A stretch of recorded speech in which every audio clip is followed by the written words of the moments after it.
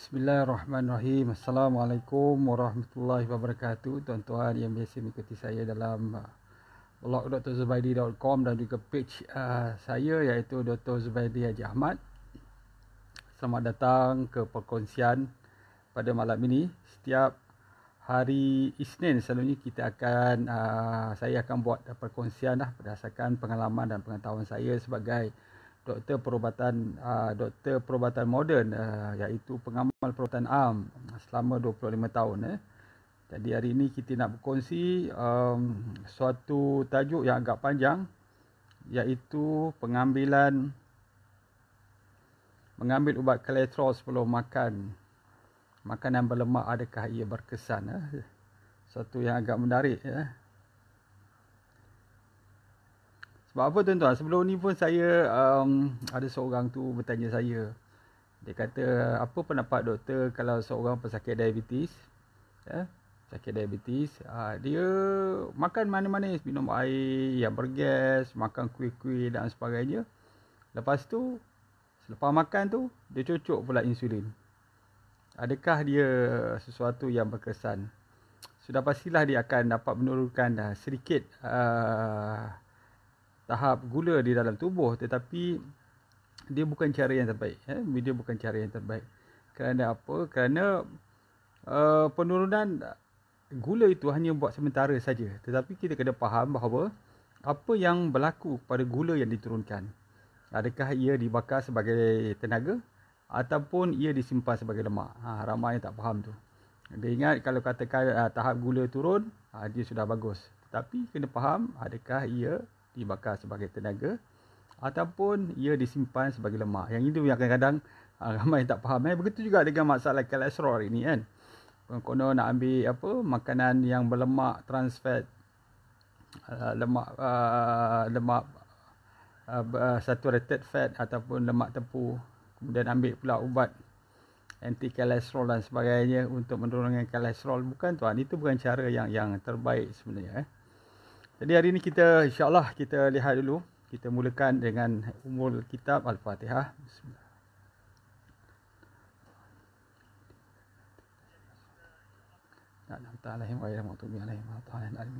Jadi kita lihat dulu rakan-rakan kita. Zarul Amri, Assalamualaikum doktor. Waalaikumsalam. Ma Asmah, Waalaikumsalam. Pepijat Syamito, Waalaikumsalam. Adiana Osman, terima kasih kerana berkongsi. Ijat Asnizam Catering, Waalaikumsalam. Salbiah Ali, kalau tak makan ubat boleh. Memang itu yang kita cadangkan supaya pengambilan makanan yang sihat, cara penurunkan kolesterol tanpa ubat ni lebih bagus. Kerana setiap ubat sintetik, sama ada kita suka atau tidak, dia akan memberikan kesan sampingan. Uni Saad, Waalaikumsalam. Salbiah Ali, Waalaikumsalam. Min Rashid, Waalaikumsalam. Jadi kita mulakan dulu tentang apa dia kolesterol. Bagi mereka yang mungkin masih tertanya-tanya, adakah kolesterol ni sesuatu yang berbahaya pada tubuh atau adakah ia sesuatu yang bermanfaat kepada tubuh? Jadi cuba kita perhatikan. Kolesterol sebenarnya saya boleh katakan 3/4 kolesterol yang ada dalam tubuh badan kita ini sebenarnya dihasilkan oleh hati, organ hati. Cuma sebahagian kecil, mungkin 1/4 daripadanya diambil, didapati direct daripada makanan kita. Kena faham tu, itu yang pertama. Sebab organ hati ni memang tujuan dia untuk menghasilkan kolesterol. Kerana kolesterol itu sendiri, dia sangat penting peranan dia dalam menghasilkan hormon-hormon tertentu, terutamanya sexual hormon. Apa dia sexual hormon? Testosteron, estrogen, progesteron, dia semuanya adalah kita panggil dia hormon yang berkaitan dengan kolesterol. Tanpa kolesterol, kemungkinan hormon kita tidak dapat dibina atau dikeluarkan dengan secukupnya. Itu yang pertama. Kolesterol juga sangat penting untuk kestabilan sel-sel membran ataupun selaput pada sel. Bila kita tak ada kolesterol, sel-sel kita tidak dapat dibina dengan baik. Jadi sel kita tidak kuat. Mungkin ia mudah pecah. Okey, yang seterusnya juga dia mungkin digunakan sebagai sebahagian daripada vitamin D, penyerapan vitamin D ataupun pengeluaran vitamin D untuk kekuatan tulang kita, untuk meningkatkan daya tahan kita dan sebagainya. Cuma apa yang kita tidak mahu ialah tahap kolesterol yang terlalu tinggi. Terlalu tinggi ni akhirnya dia boleh menjadi mendapan. Sama ada dalam saluran darah, dia akan menjadi aterosklerosis atau plak dalam arteri, menyebabkan serangan sakit jantung, ataupun dia boleh juga mendak pada pundi hempedu dan akhirnya akan menjadi batu. Salah satu batu pada pundi hempedu adalah disebabkan peningkatan kolesterol yang tinggi. Jadi kolesterol ni sebenarnya tuan-tuan puan-puan, dia tidak larut, dia tidak mudah untuk digerakkan, berat dia sebenarnya. Jadi apa yang membawa dia? Yang membawa dia ke sana kemari, dia adalah ada satu kenderaan ataupun vehicle ataupun bahasa mudah kita boleh cakap macam contoh lori yang membawa kolesterol tu. Dia melekat pada satu substan yang protein yang kita namakan sebagai lipoprotein. Substan, dia melekat kolesterol, melekat pada substan tu, barulah lipoprotein ni akan bergerak, membawa dia sama ada ke hati, ke dalam sel ataupun mungkin ke dalam salur darah je. Jadi untuk mudahkannya, dia banyak perbahasannya, penerangan yang lebih lanjut, tetapi untuk mudahnya dia ada dua jenis. Vehicle ataupun lipoprotein, iaitu kita panggil the high density lipoprotein atau kita sebut sebagai kolesterol yang baik. Satu lagi adalah low density lipoprotein ataupun kita sebut sebagai kolesterol jahat. Jadi untuk sihat, kita haruslah meningkatkan HDL, high density lipoprotein. Untuk kita menjadi sihat juga, kita harus menurunkan LDL. Dan juga total kolesterol. Sebab tu apabila kita membuat pemeriksaan darah, kita ada sebagai contoh total kolesterol, kita ada triglyceride, kita ada HDL, kita ada LDL dan juga kita ada total kolesterol per HDL. Yang ini kita panggil sebagai ratio kolesterol. Ratio kolesterol. Sebab tu siapa yang mungkin ada buat pemeriksaan darah untuk kolesterol atau kita panggil lipid profile, dia mesti ada pertama sekali total kolesterol, iaitu kurang daripada 5.2 mmol per liter. Triglyceride kurang daripada 1.7 mmol per liter. HDL, kolesterol yang baik, itu lipoprotein tadi lah.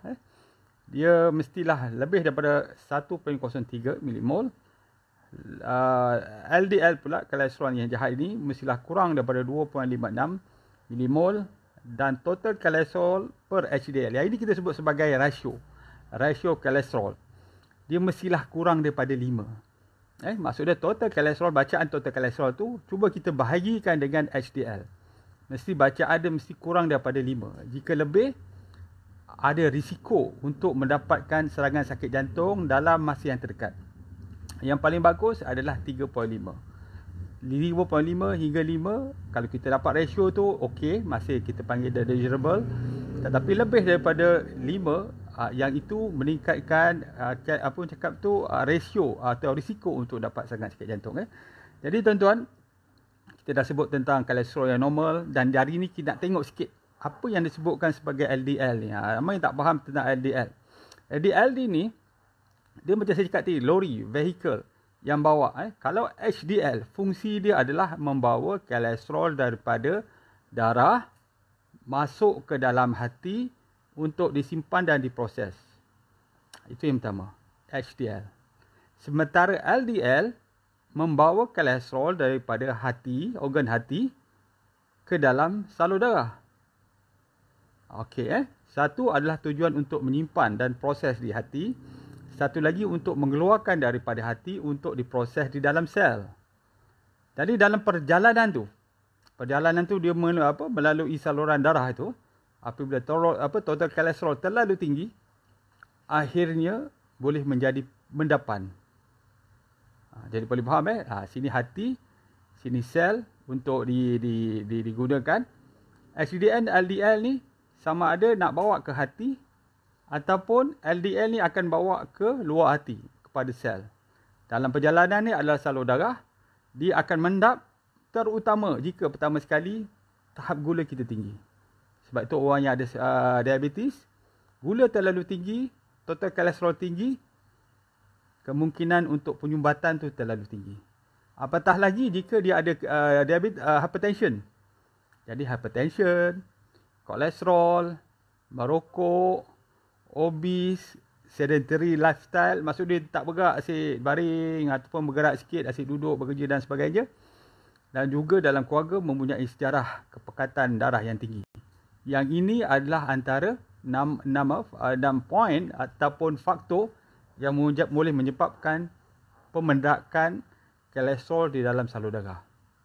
Jadi kolesterol sendiri tak ada masalah sebab dia akan digunakan untuk membuat seks hormon, vitamin D, sel membran dan sebagainya.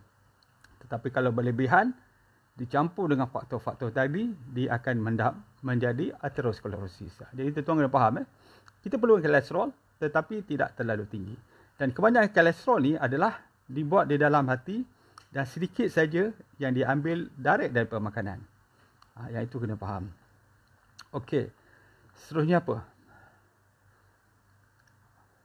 Saya dah sebut tadi tentang ratio kolesterol. Yang bagus sekali adalah 3.5. Tapi 5 ke bawah pun dah dikira bagus. Jadi kita tengok apa rakan-rakan kita yang berada bersama saya. Kalau saya tak sebut nama tuan-tuan, saya minta maaf ya.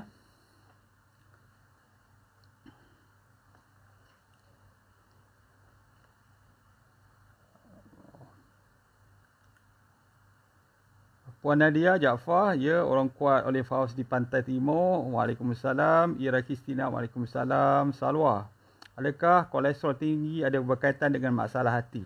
Ya, kolesterol yang tinggi, macam saya cakap tadi, selalunya akan disimpan di dalam hati.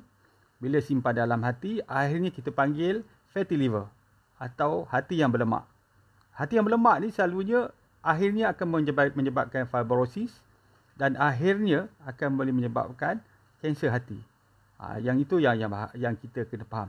Jadi tanda dia apa? Tanda dia selalunya kita tengok kolesterol profile ataupun lipid profile dia selalunya tinggi. Total kolesterol, lepas tu LDL tinggi, triglyceride tinggi, HDL rendah. Kemudian lepas tu kita tengok enzim di dalam hati tu. SLT, AST dan sebagainya, dia akan meningkat. Yang itu menunjukkan bahawa terdapat fatty liver. Dah mula dah. Maksud dia, kita punya hati kita dah mula mengalami masalah kegagalan fungsi hati. Dan ini masih lagi reversible, maksudnya boleh diperbaiki. Tetapi kalau dah ada fibrosis, dah ada fatty liver, itu agak sukar sikit. Fatty liver pun masih boleh diperbaiki. Kalau dah fibrosis, selalunya dah agak sukar sikit. Saya harap Puan Salwa faham. Puan saya tu, Waalaikumsalam. Mas Jan Mahmud, Waalaikumsalam. Amin Rashid, Waalaikumsalam. Zamzam, Waalaikumsalam. Tun Teja, Waalaikumsalam. Siti Roshida, Waalaikumsalam. Mas Jan bertanya, kolesterol tinggi perlu ke makan ubat dan apa kaitan dengan jantung? Yang ni kita nak sebut nanti. Second part of the discussion ni kita akan sebut. Uni Saad, Waalaikumsalam. Ida Syahidah, Waalaikumsalam. Rozi Kimi, Waalaikumsalam. Pijat, Waalaikumsalam. Ijam, doktor nak tanya, kalau sakit belikat belah dikira bau adakah disebabkan saraf? Itu per macam. Sama ada otot, mungkin saraf, atau mungkin connective tissue lain sebagai liver, dan pelbagai lagi lah. Ini Romi, doktor nak tanya, kalau saya makan ubat kolesterol mesti sakit perut sebelah kiri rasanya, tetapi dia tak makan, dia tak sakit pula, adakah kesan efek daripada ubat kolesterol? Ini kita sebut nanti doktor, saya ada endocrine, ada follow up endocrine, doktor ada bagi ubat kolesterol, lepas tu dia bagi ubat kencing manis. Saya tak makan ubat kencing manis sebab tak ada kencing manis. Bila makan cerit-berit. Betul. Metformin selalu diberikan. Metformin ni tidak memberi kesan yang cepat terhadap tahap gula. Dia hanya akan memperbaiki ataupun sensitiviti gula, otot terhadap gula. Jadi dia, tapi salah satu kesan sampingan dia akan menyebabkan cerit-berit. Tak selera, menyebabkan kita tak nak makan dan akhirnya gula akan menjadi turun. Kalau tak ada kencing manis, buat apa makan ubat kencing manis? Bila ubat kolesterol, lepas saya makan mesti buang air besar. Makan pada menyebabkan kolesterol tinggi. Saya dah cakap tadi, 3/4-nya berpunca daripada hati kita. Hati kita adalah tempat storage dan the production of the cholesterol. Makanan hanya 1/4 sahaja. Terutamanya makanan-makanan yang mengandungi apa yang kita sebut sebagai saturated fat dan juga trans fat.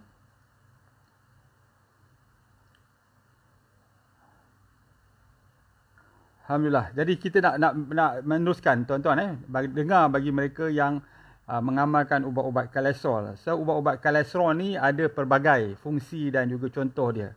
Saya nak beritahu satu contoh, iaitu yang ini tuan-tuan nanti boleh cek dalam blog saya akan uploadkan dalam blog saya drzubaidi.com. Tuan-tuan boleh cari tajuk dia ubat kolesterol, insya-Allah search kat situ insya-Allah keluar.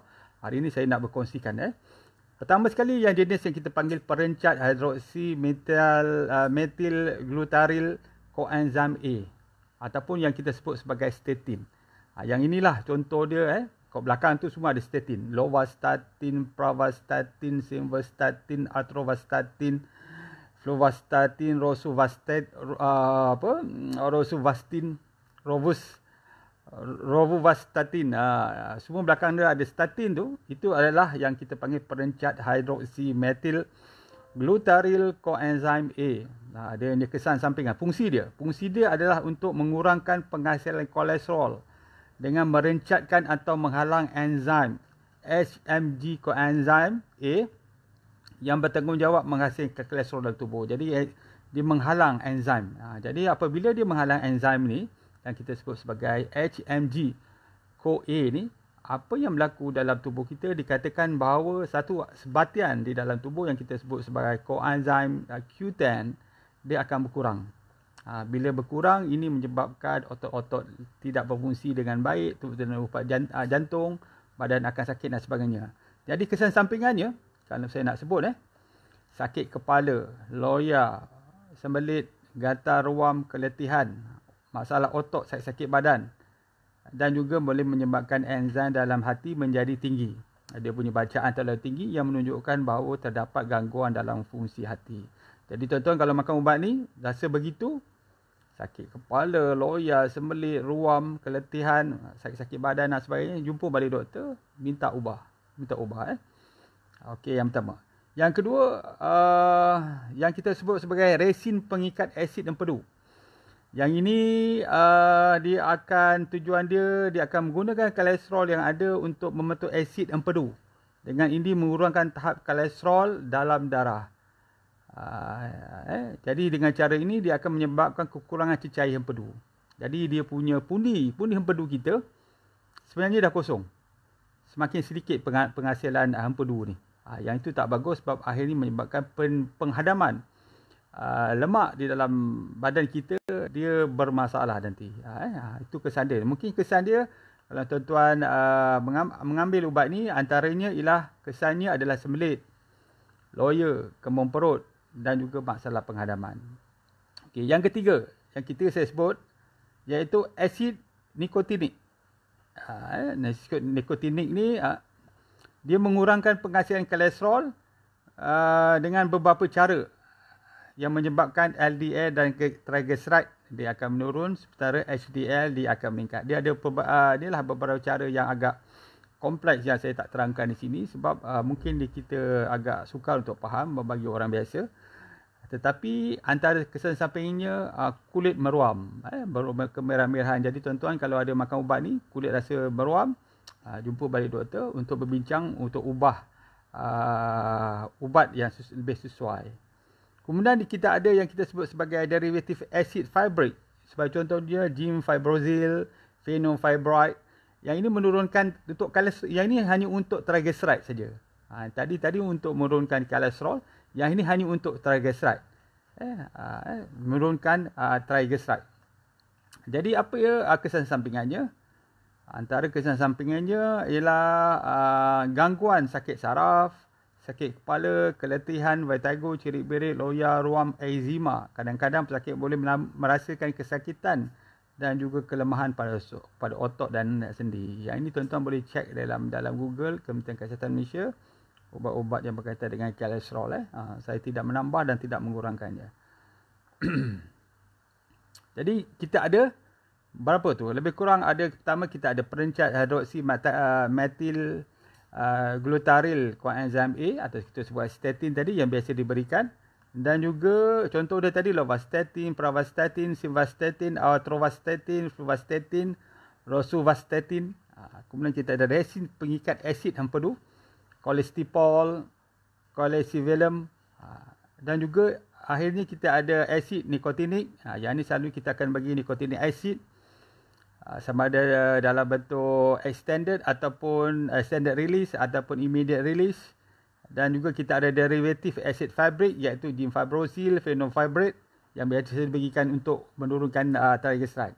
Tapi kalau tanya saya, triglyceride ini senang je untuk turunkan. Kita kurangkan pengambilan karbohidrat sebenarnya.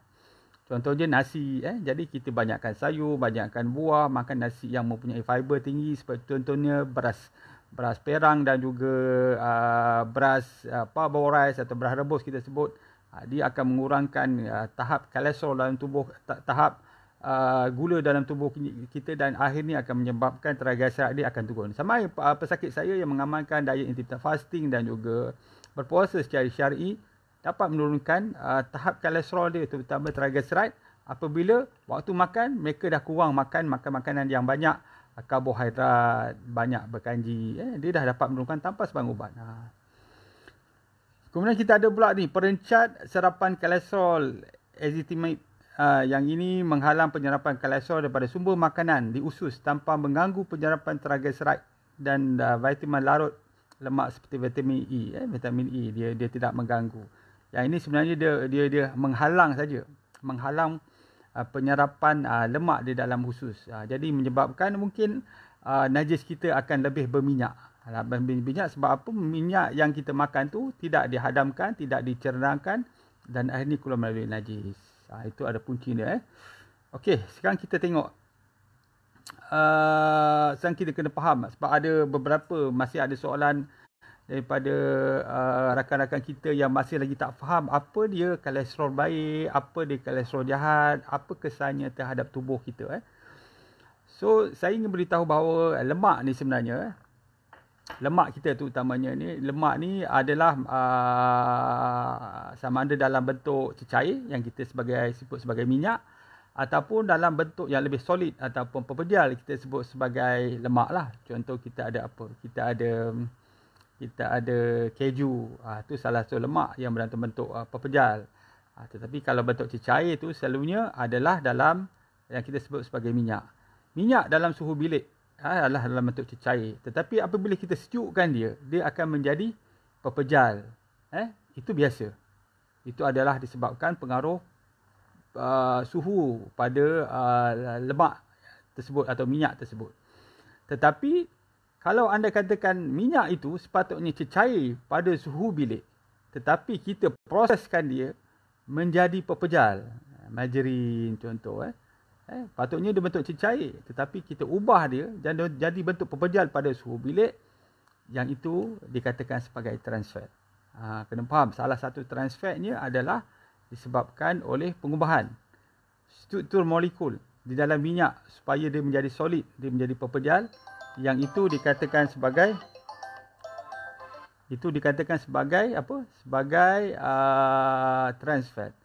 Selain daripada itu, trans fat ni juga adalah apabila kita menggunakan minyak masak kita ni terlalu kerap. Sebab minyak masak ni dia bila panas sangat, dia akan mengubah struktur molekul dia daripada cis kepada trans dan sebagainya, dan akhirnya menjadi trans fat. Sebab tu bila kita tak mencadangkan, kita tidak menggalakkan pemakanan bergoreng yang terlalu banyak setiap hari, apatah lagi menggunakan minyak yang terlalu berkali-kali digunakan. Sebab itu adalah sumber trans fat. Trans fat ni dia akan meningkatkan kolesterol jahat dan juga meningkatkan keradangan. Okey. Jadi kita nak tahu apa dia sebenarnya lemak atau minyak yang baik. Lemak atau minyak yang terbaik yang kita sebut sebagai unsaturated fatty acid. Unsaturated fatty acid ni ada dua. Pertama sekali yang kita sebut sebagai polyunsaturated fatty acid. Satu lagi adalah monounsaturated fatty acid.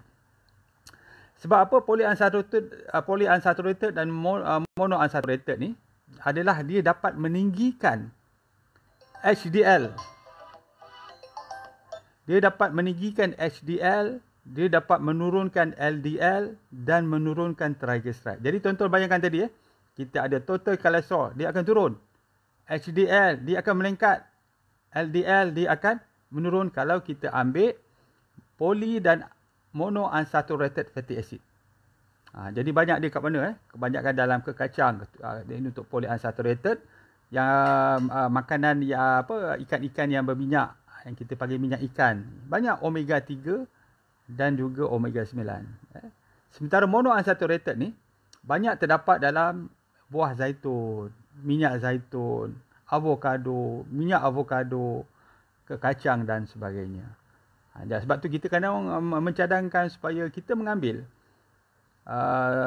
lebih banyak monounsaturated. Sebab contoh minyak zaitun tadi, minyak zaitun ni 70% adalah monounsaturated fatty acid. 20% adalah polyunsaturated fatty acid. 10% adalah saturated fat. Ada juga sedikit, 5 hingga 10%, tetapi terlalu sedikit. Jadi bagi mereka yang nak menurunkan kolesterol, total kolesterol, meninggikan HDL dan menurunkan LDL, ada antara salah satunya adalah mengambil kolesterol, minyak tadi, minyak zaitun tadi. Dia sangat membantu. Dia sangat membantu. Cuma kita kena faham tidak boleh ambil berlebihan. Sebab dia minyak. Minyak ni akan menghasilkan kalori yang tinggi. Sebab tu kita ambil 1 atau 2 sudu saja. Sekali makan, 1 kali atau 2 kali dalam sehari. Jadi antara 2 hingga 4 sudu besar. Kecuali kalau ada masalah-masalah lain, mungkin kita akan mempertekadkan untuk jangka masa yang tertentu sebanyak 6 sudu besar. Selalunya kita ambil 1 sudu, 2 sudu atau 4 sudu untuk kita. Jadi tuan-tuan, kita nak sebut lagi tentang apa lagi? Tentang saturated fat, kita sebut tentang trans fat. Trans fat ni, saya dah terang tadi, apa punca dia? Trans fat ni tak bagus ni, dia sebab dia bukan saja meningkatkan total kolesterol, dia juga akan meningkatkan triglyceride. Dia juga meningkatkan lemak yang LDL, dia akan menurunkan HDL. Sementara lemak tepu, dia akan meningkatkan total kolesterol, meningkatkan LDL, tetapi dia juga meningkatkan HDL. Tu yang bagus dia tu, saturated fat. Sebab saturated fat, contoh dia daging merah, susu, cheese, coconut oil, butter dan sebagainya. Yang ini kita boleh ambil, bagus. Tetapi jangan terlalu banyak sebab dia bukan saja meningkatkan HDL, tetapi meningkatkan juga LDL dan juga total kolesterol. Jadi ambil berpada-pada. Yang perlu kita ambil adalah yang kita sebut sebagai unsaturated fatty acid. Itu kena ambil dengan secukupnya bagi menentukan bahawa tubuh kita akan menjadi sihat. Trans fat jangan ambil sama sekali. Kerana dia akan meningkatkan total kolesterol, meningkatkan LDL, merendahkan HDL dan meningkatkan triglyceride. Dia orang cakap tu, dia kontra dengan minyak sihat tadi. Jadi mungkin menjawab rakan-rakan saya yang bertanya tentang apa kebaikan minyak zaitun, apa kebaikan minyak sihat ini, apa dia punya contoh dia, bagaimana dia meningkatkan. Minyak zaitun ataupun unsaturated fatty acid ini, dia akan meningkatkan LDL, dia akan meningkatkan HDL dan dia akan merendahkan LDL. Jadi kebanyakan kolesterol akan dibawa disimpan ke dalam hati. Sana diproses untuk menjadikan cecair empedu dan juga untuk kegunaan lain nanti kemudian. Sebab tu total kolesterol akan menjadi turun sebab kebanyakan dia dah disimpan. Yang kedua adalah LDL tadi. Dia akan membawa keluar kolesterol daripada hati ke dalam salur darah. Tetapi dia tidak digunakan. Kalau kita tak gunakan, dia akan berada di situ dan mungkin akan meledak. Yang ini adalah kerja LDL. Sebab tu LDL ni jangan banyak sangat. HDL yang kena banyak supaya masuk ke dalam hati untuk diproses, digunakan ataupun dibuang melalui cecair empedu. Jadi apabila kita makan minyak zaitun, pertama sekali dia akan membawa total kolesterol kita turun disebabkan meningkatkan HDL.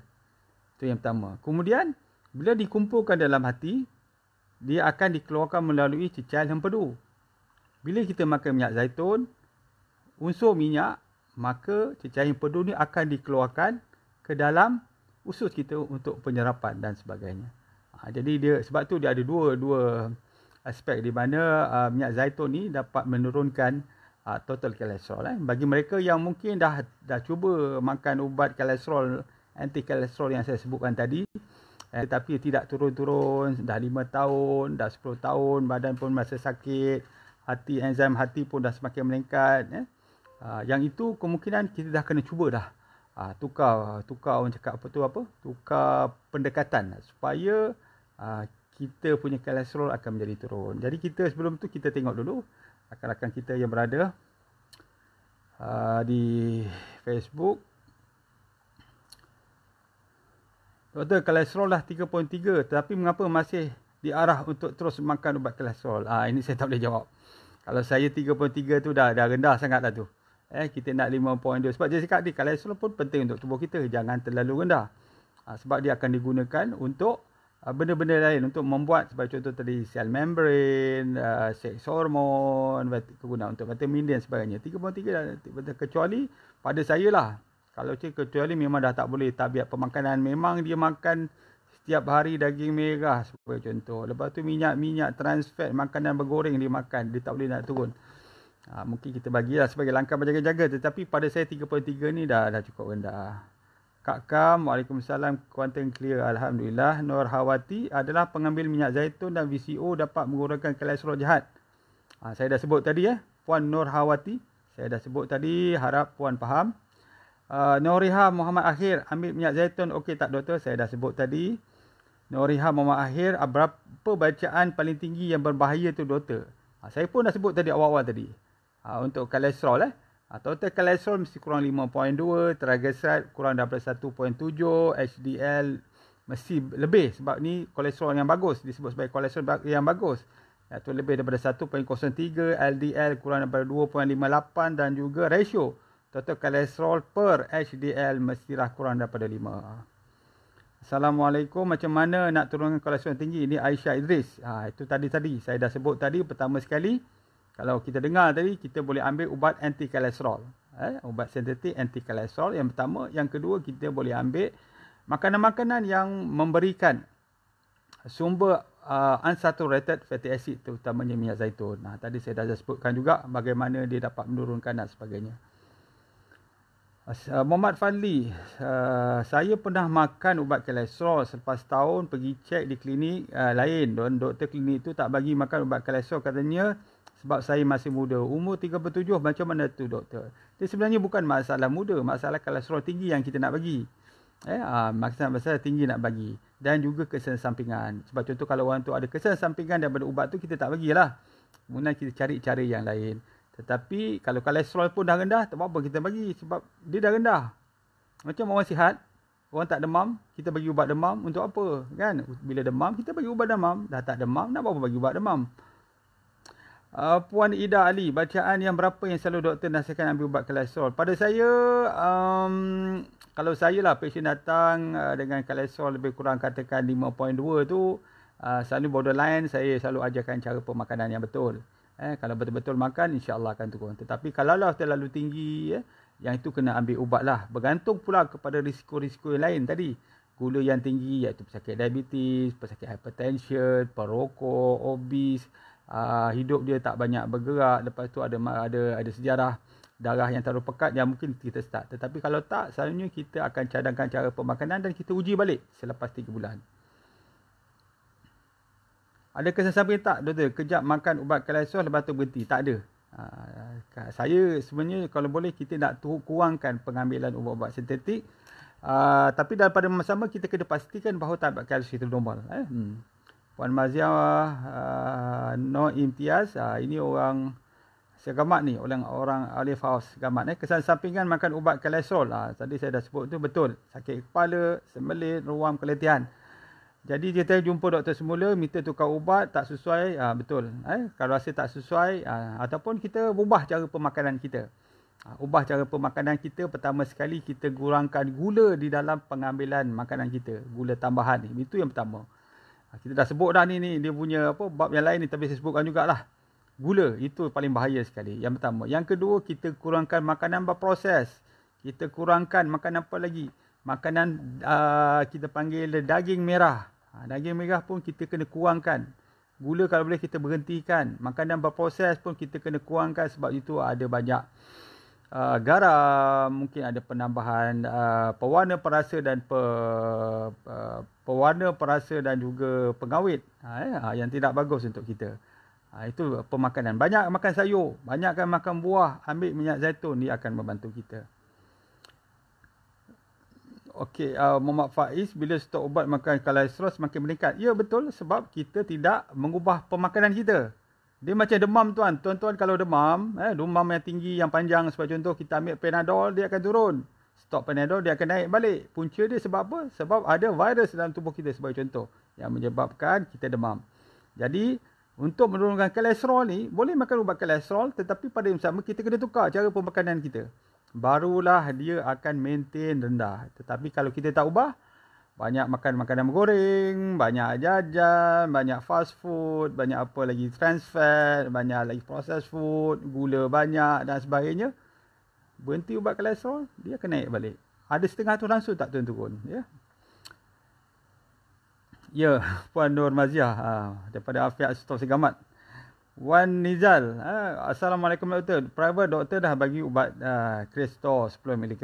Hampir 4 bulan saya makan dan dalam masa yang sama saya dah ambil suplemen dan farmasi Livalon dan apa benda ni, urinaria artichoke, katanya juga untuk jaga liver dan juga transfer food oat. Jadi apa soalan dia?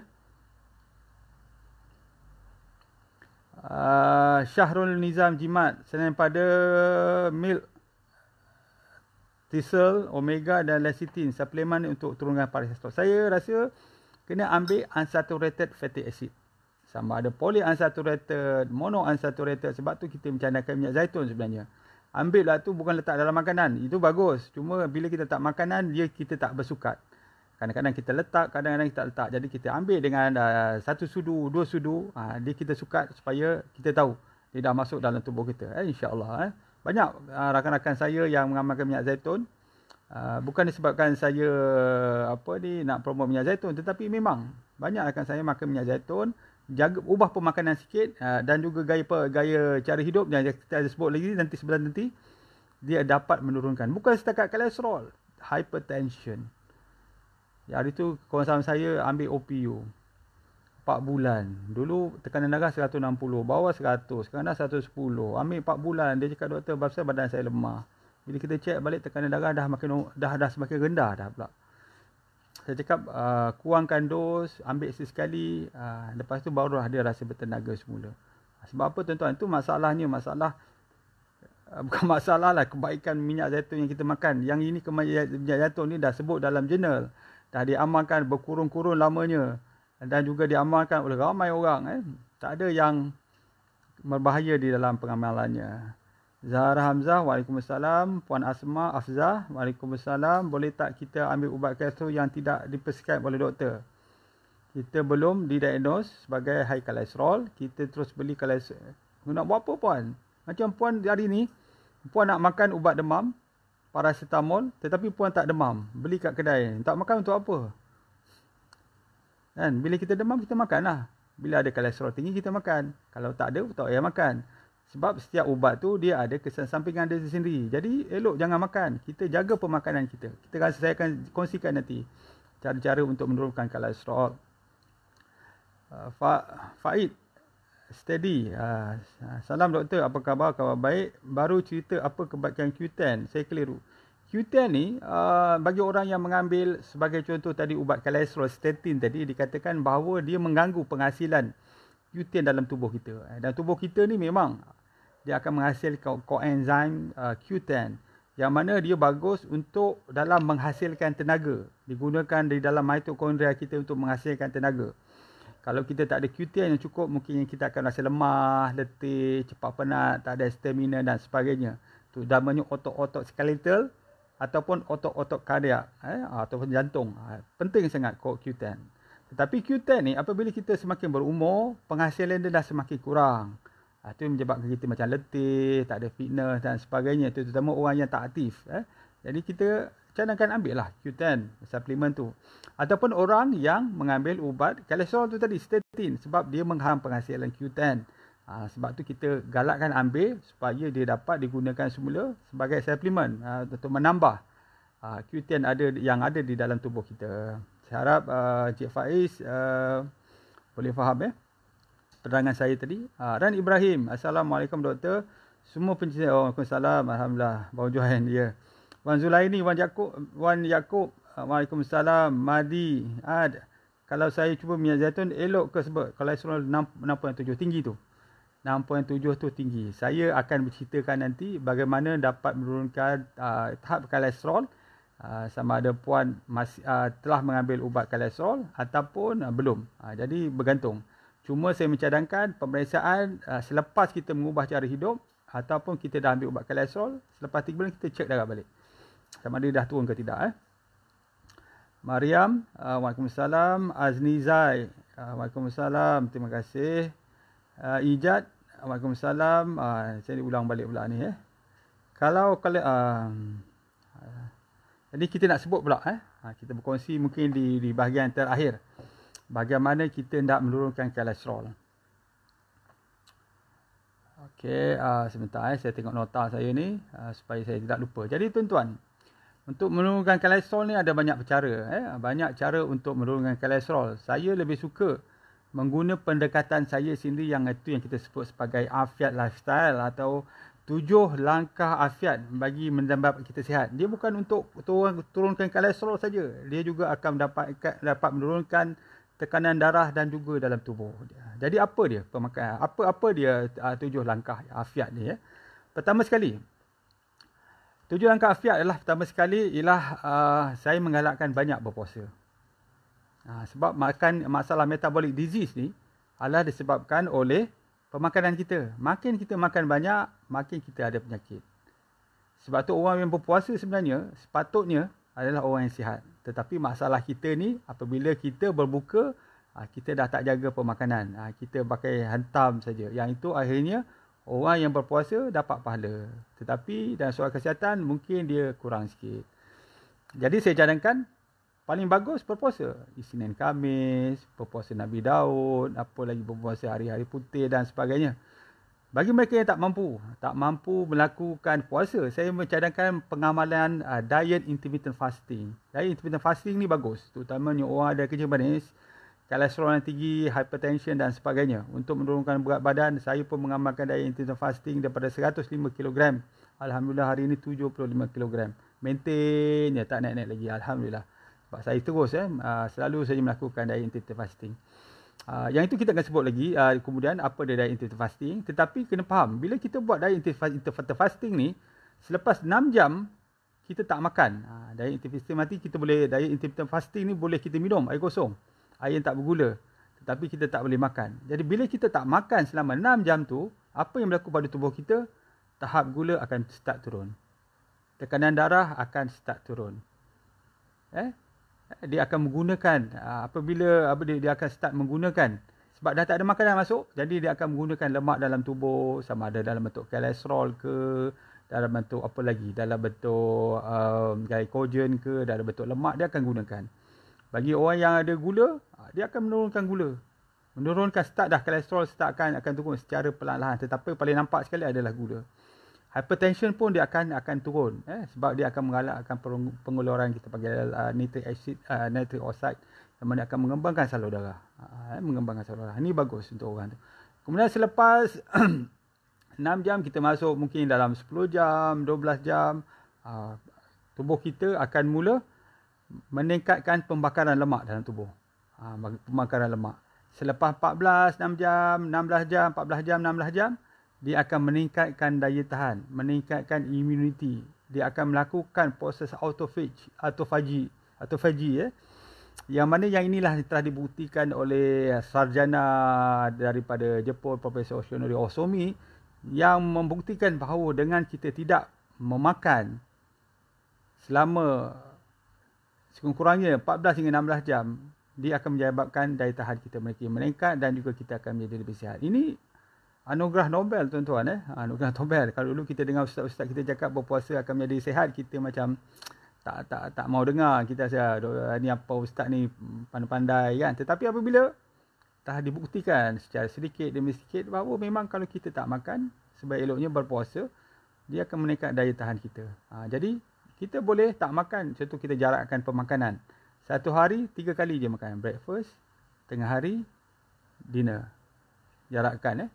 Yang itu bagus. Selain daripada itu, air kosong je. Kalau lapar, air kosong, air kosong, air kosong, air kosong. Tuan-tuan akan melihat perubahan penting dalam tubuh perempuan yang ada penyakit, yang mana obes pun dia akan turun. Cuma sama ada cepat atau lambat saja. Itu yang pertama sekali, berpuasa dan juga atau melakukan diet intermittent fasting. Selamat ke tak selamat, berkesan ke tak berkesan, tuan-tuan tengok saya daripada 105 kepada 75. Boleh tengok Facebook saya, gambar-gambar saya ketika saya berbadan besar dan perubahannya pada masa sekarang. Sekarang alhamdulillah ketika berusia 52 tahun, 51 tahun, saya alhamdulillah bertambah sihat dan bertenaga, insya-Allah, keterusan. Okey, yang kedua, jaga pemakanan. Tadi kita cadangkan supaya melakukan puasa dan juga berdiet intermittent fasting. Kemudian kita jaga pemakanan. Apa yang kita nak jaga pemakanan? Sebab tu dalam diet intermittent fasting ni ada 2 fasa. Fasa berpuasa tidak makan dan fasa makan. Ketika fasa makan ni lah yang kita nak jaga, nak pentingkan, nak beritahu bahawa kena amalkan konsep macam mana. Ada yang mengamalkan keto, ada yang mengamalkan Atkins dan sebagainya. Tetapi kalau saya nak enjoy food, saya ambil apa yang kita sebut sebagai healthy plate ataupun pinggan sihat. Yang mana kita bagi 4 pinggan tu. Kita ada karbohidrat suku, separuhnya sayur, separuhnya protein, separuhnya lagi buah-buahan. Cuma saya suka healthy plate ni sebab di UK dan juga di US, dia mencadangkan pengambilan air yang secukupnya. Dia juga mencadangkan pengambilan minyak sihat, terutamanya minyak zaitun dan juga susu. Jadi kalau saya plate healthy plate Malaysia ni, dia nampak macam togel je lah. Dia tak ada healthy fat dan juga susu dan juga air. Tetapi yang itu saya lebih suka sebab dia lebih komplit sebenarnya. Kita ada minyak, kita ada protein. Sebab makronutrien kita apa? Makronutrien kita adalah karbohidrat, protein dan minyak. Cuma minyak tu kena ambil yang healthy fat, healthy lemak, lemak yang healthy. Jadi kalau makanan kita tak ada healthy fat atau healthy oil, kemungkinan besar kita akan mendapatkannya daripada makanan kita panggil bad oil ataupun not healthy oil. Yang mana trans fat dan saturated fat tu. Jadi sebab itulah kita kena konsep tu. Itu cara pemakanan. Lepas tu adalah berbagai yang kita akan kongsikan kemudian. Yang kedua, minum air yang secukupnya. Nak turunkan kolesterol, nak turunkan uric acid, nak turunkan tekanan darah, nak turunkan apa lagi, kolesterol dalam tubuh kita. Banyak minum air. Minum air dia akan membantu pencernaan. Minum air dia akan membantukan metabolism. Maksud dia apa? Maksud dia lebih banyak, lebih mudah metabolism karbohidrat dan minyak ataupun kolesterol untuk dijadikan tenaga sebabkan kita minum air. Itu paling penting je. At least 2.5 liter sehari. Memang akan kencing banyak. Tapi jangan risau bahawa kencing kita tu sebenarnya adalah toksin. Bahasa mudah toksin yang keluar daripada tubuh kita apabila kita minum air banyak. Jangan risau. Sebab tu kita kena positif. Bila kencing banyak, maksud dia apa? Maksud dia banyak kolesterol, banyak toksin akan keluar daripada tubuh kita. Yang ketiga, kita kena cukup tidur.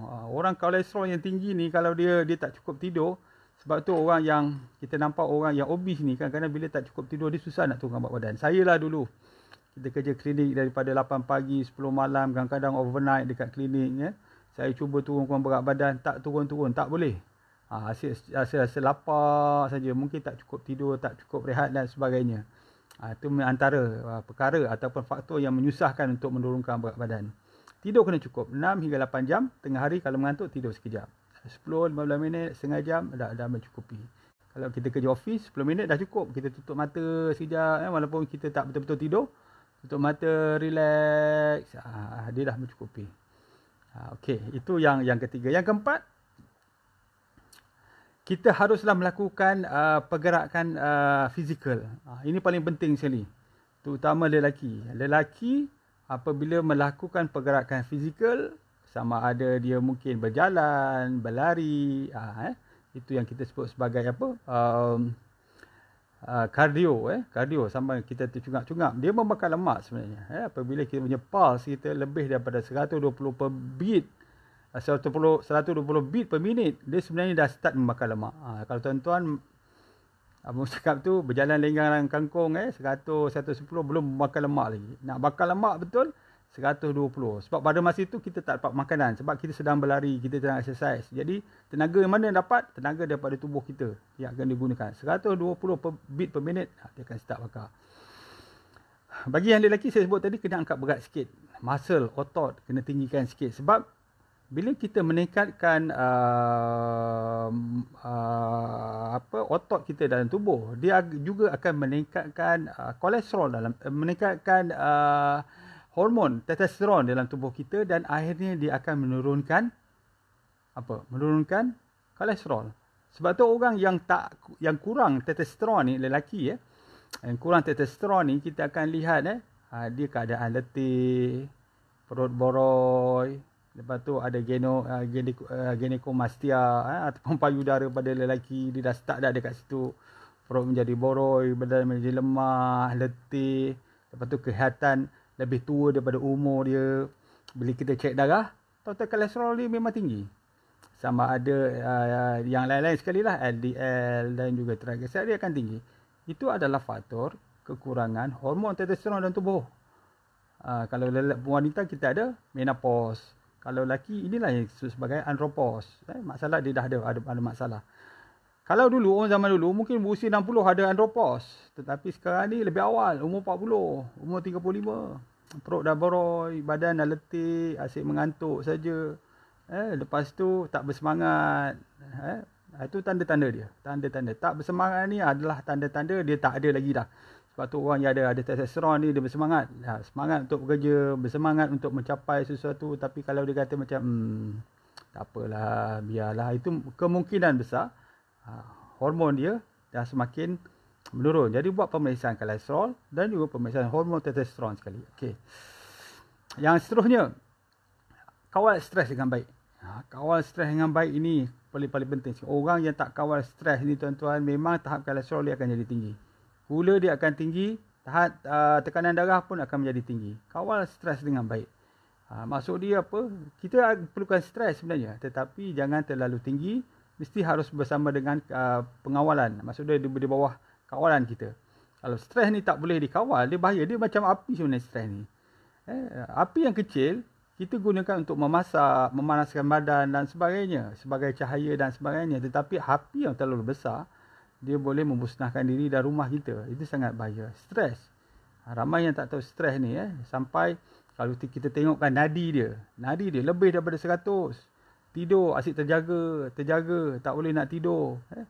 Itu tanda-tanda stres tu, atau mengigau dan sebagainya. Yang itu yang menunjukkan bahawa dia dah ada stres yang tinggi. Perlu jumpa dengan profesional, seperti contoh kaunselor, bagi bercerita, bagi menunjuk.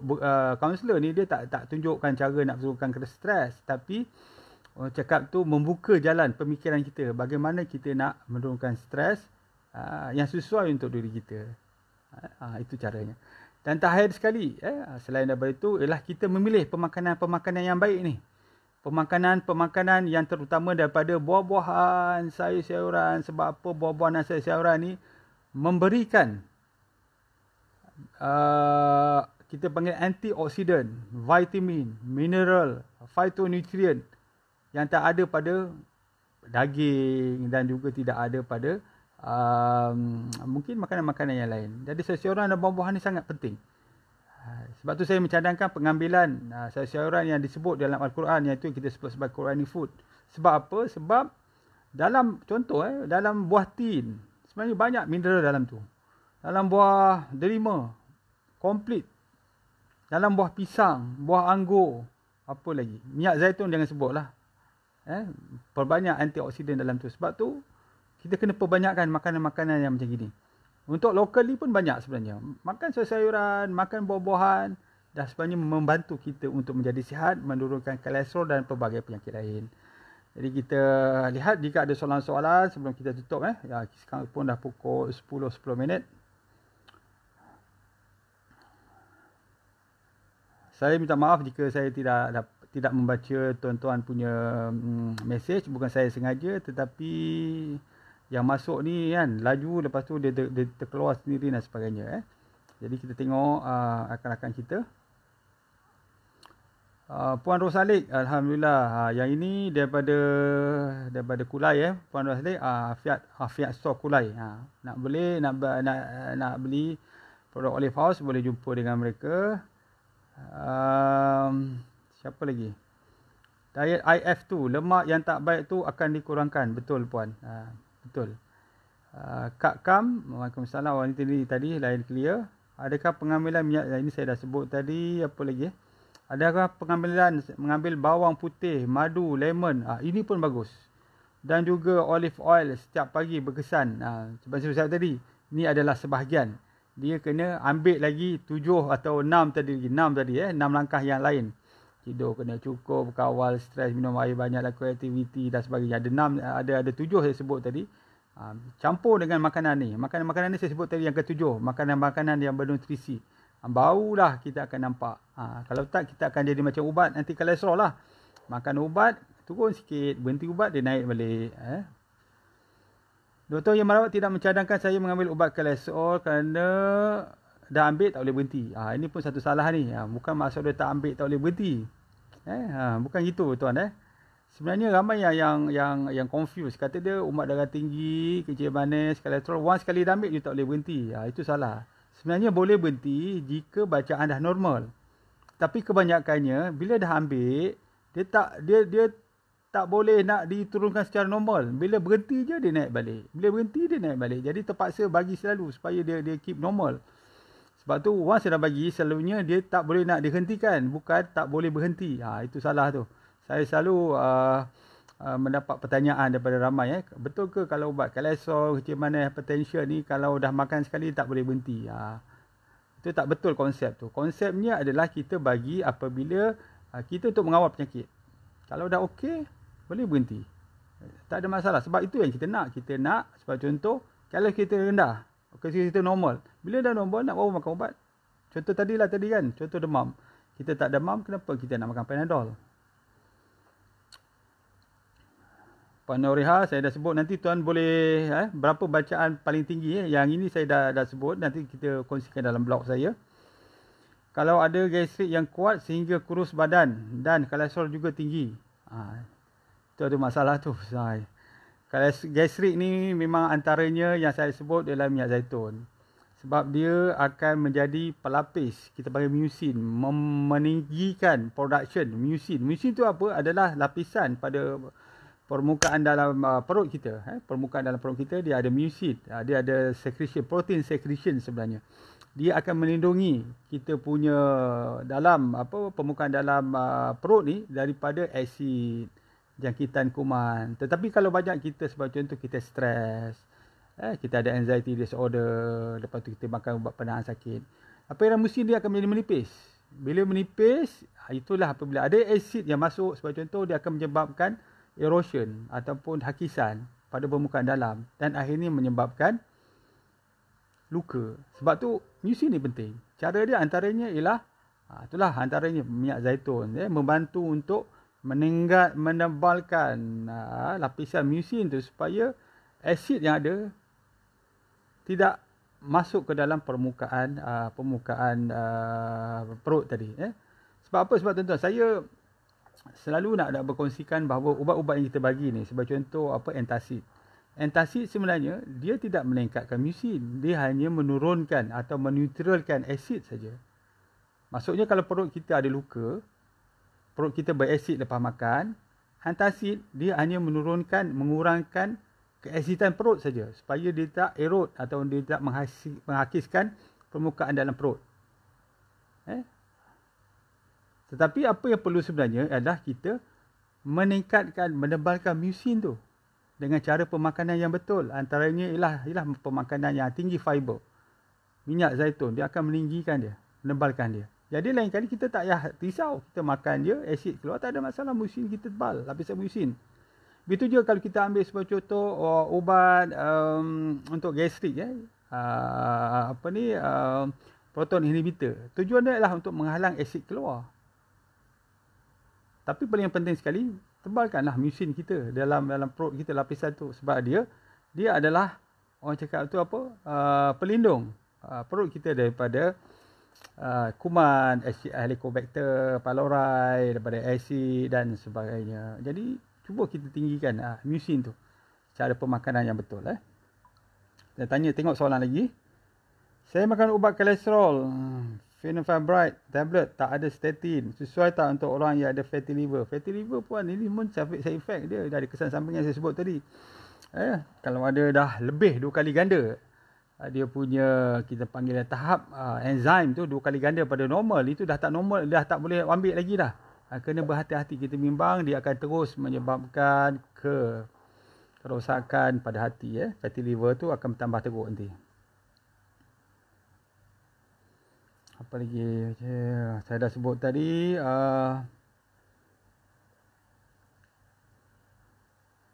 Okey, saya rasa saya dah sebut tentang bagaimana untuk mengurangkan kolesterol dengan cara bersistematik, dengan secara natural.